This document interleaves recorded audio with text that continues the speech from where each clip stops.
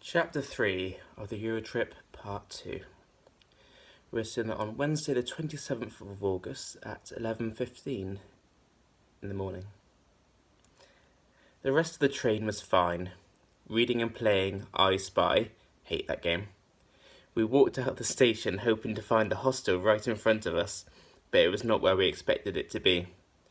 After wandering around for a while, Josh found a buzzer with "locomotive" on it in some dodgy-ass doorway. We climbed up some scary staircase that was covered in graffiti to be greeted by the hostel owner.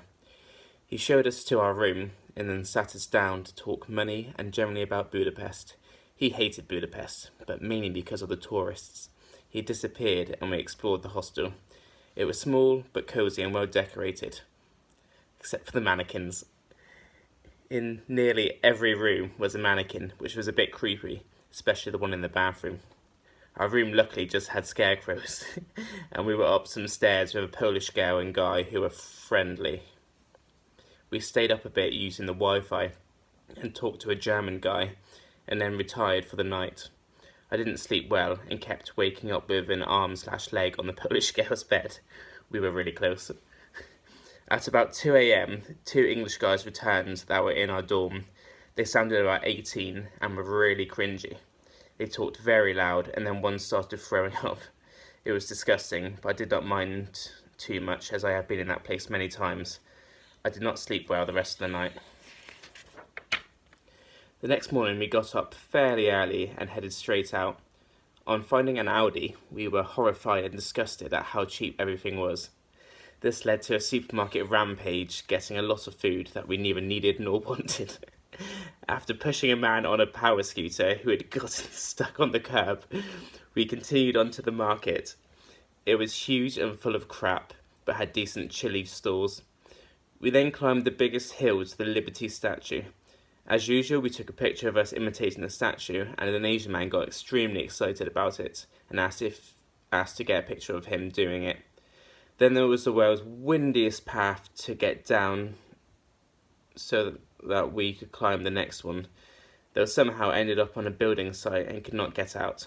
A lorry almost reversed off a wall and cars swerved on the pavement. We found a nice bar for beer and then got up the next hill. There was a labyrinth that we got stuck behind a creepy door and a rubbish hospital in a rock. We returned to Budapest Centre for a toilet break in Starbucks and finished our tour in the House of Terror, a communist museum with a lot of sad stories, dark rooms and hanging blocks. After we searched for an old man pub, which a drunk person had recommended to me, but found in its place a Jewish bar that was cheap and had an excellent atmosphere. We drank a great deal of beer, cocktails and wine, which allowed us to exclaim, "Free Palestine!" and then get on our way. Oh God.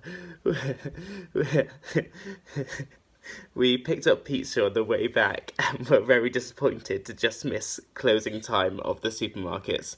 We instead found a small corner store to blow the rest of our money and returned to the hostel. A New Zealand girl who was working in London as a teacher had arrived and told us of her crazy travelling. We went to bed ready for our 6 a.m. train the next morning, but as we turned off the light, the 2 English guys returned. They talked really loudly and started slamming doors, and one said, "I think they got the message." That was the last fucking straw for me, so I messaged Josh to scheme about how loud we were going to be in the morning. And oh, we were. Actually slammed things around them so loud and left my alarm of shots going. I think they got the message. On the train to Salzburg now. We're super tired but cannot sleep as the seats are so uncomfortable and people are really loud and keep sneezing and coughing. Also, Lorne Malvo from Fargo, the TV series, is sat across from us. Scary.